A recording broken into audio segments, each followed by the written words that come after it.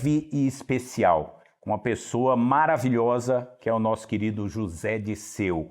Uma história viva da democracia brasileira, da luta pela democracia. Zé, um prazer tê-lo aqui. O Cine Clube Cauim, do Sérgio Ferreira, do Sócrates e de várias pessoas que contribuem para que as crianças da nossa região venham ao cinema gratuitamente, te recebe de coração aberto e pedindo para que você seja mais uma vez porta-voz da democracia no nosso estado. Se isso der certo, vai ser muito bom. Fala pra gente, o que a esquerda precisa fazer para poder conseguir ter um projeto mais hegemônico agora nessa próxima eleição, Zé? Eu pensei que eu fosse falar do cinema. Também pode ser. Falar das crianças. Pode falar, querido. Fala do que quiser. Não, primeiro eu quero te cumprimentar a todos, começando pelo Ferreira e pelo Sócrates, que idealizaram e transformaram em realidade essa fantástica criação que é o Cine Cauim, que é trazer as crianças para o cinema. Eu cresci numa cidade muito pequena que tinha um Cine Renier, porque foi um arquiteto francês que projetou a praça da minha cidade, que é uma cidade importante, por causa da ferrovia, que chegou muito cedo lá, em 1886, 88, Dom Pedro II inaugurou o túnel que ligou São Paulo a Minas, né, pela Serra da Mantiqueira, lá, entre Cruzeiro e Passa Quatro. E sempre fui um apaixonado por cinema. Em Cuba, quando eu vivi em Cuba, que eu não estava fazendo treinamento militar, a fase que eu não estava, eu trabalhei no ICAIC junto com o Alfredo Guevara. Uau! Estivemos lá, estamos fazendo uma parceria, viu? Ótimo. Com a Casa delas Américas, o Cine Cauim. E eu tive uma relação muito profunda com o cinema novo, né? Com a minha geração, a geração que ia fazer uma segunda semana da arte moderna, a geração de 60. Que legal. Não fosse o Ato Nacional número 5.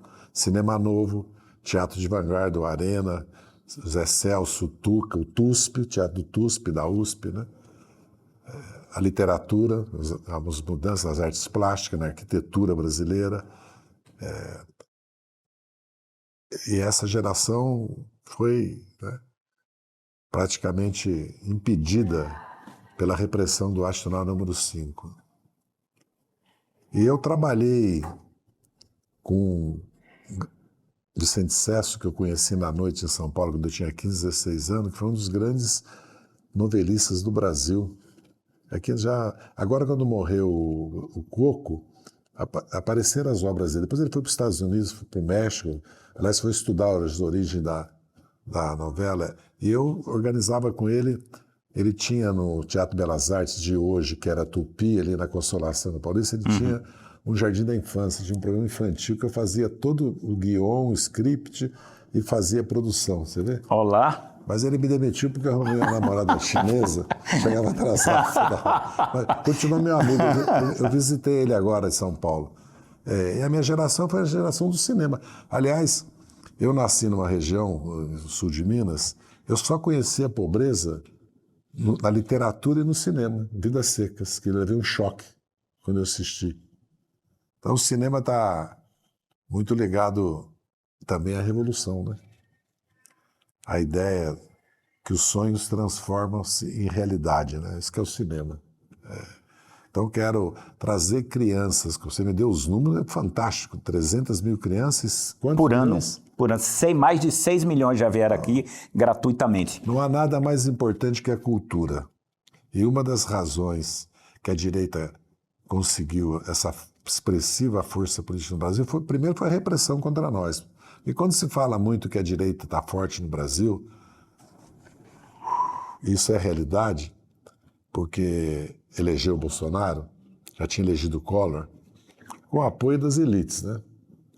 E também tem maioria na Câmara e no Senado, mesmo sem o Collor, sem nós, eles têm, é porque nós ficamos reprimidos de 13 a 19, depois tivemos pandemia, primeiro tivemos que defender a Dilma, do golpe jurídico parlamentar mais golpe.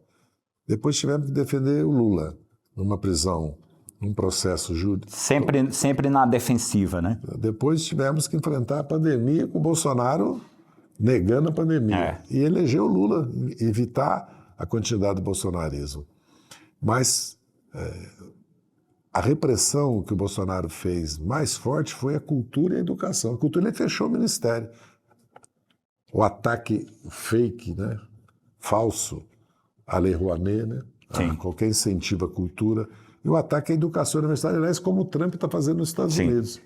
Então, mesma receita. Uma batalha que nós temos que travar é essa batalha que vocês travam aqui, né? A batalha da educação, no fundo, né? Pelo cinema, trazer as crianças para conhecer essa coisa fantástica, né? Essa fábrica de sonhos, né? Que é o cinema, e, ao mesmo tempo, trazê-las para a educação, né? Cidadã, vamos dizer assim, criativa, né? Laica, plural, que é a grande batalha nossa de várias gerações de brasileiros. Nós temos sempre que lembrar que a nossa classe trabalhadora, que é a maioria do nosso povo, lutou muito para ter acesso à educação. Nesse país, durante décadas, mesmo depois da Revolução Industrial, já depois da Primeira Guerra Mundial, para implantar o ensino primário obrigatório no Brasil, foi uma guerra. Para alfabetizar o povo brasileiro, uma guerra. Porque os analfabetos não votavam, e as mulheres não votavam também. Então, a luta pela democracia, pela liberdade no Brasil, se confunde muito com a luta pelo acesso que todos os brasileiros e brasileiras devem ter à cultura. E isso é um assunto hoje muito presente, porque a ideia de privatizar tudo é a ideia que o cidadão tem que pagar para ter acesso a uma exposição de arte, para ter acesso a um teatro, a um cinema, para ter acesso a um passeio cultural, conhecer uma região do Brasil, do mundo, o que significa cercear o acesso do povo à cultura. E mais, está se privatizando os espaços públicos também. Você sabe, Zé, que nós estamos fazendo aqui, e já começamos, alguns cursos com a molecada com o celular.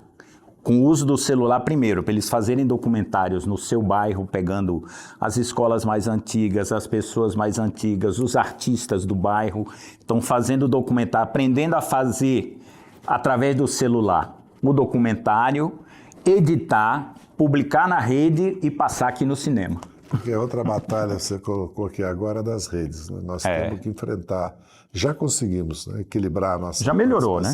Tanto o governo, como também os partidos, o PT, inclusive, se equilibrar. Então, quero deixar aqui, primeiro, a minha surpresa agradável, essas surpresas que faz da gente acreditar mais na nossa luta, né? De conhecer mais de perto, lógico que eu já conhecia, mas saber esses números, né? E fazer uma homenagem, né? Àqueles que idealizaram isso na figura. Nós estamos aqui com a Clotilde, né? Esposa do Sérgio Ferreira. A figura do Sérgio Ferreira e do nosso Sócrates. Grande Sócrates. Né? Que eu tive o prazer de conviver e conhecer profundamente. Aquela figura humana extraordinária, aquela alma, né? Generosa e criativa que foi o Sócrates, que até hoje é um exemplo de jogador de futebol. Se nós olharmos os novos jogadores de futebol, certas figuras, e lembrar do Sócrates dá uma tristeza. Nossa Senhora! Mas parabéns, viu? Fico feliz de estar hoje aqui, de fazer esse evento aqui no Cauim, no cinema, e de estar novamente em Ribeirão Preto. Um abraço.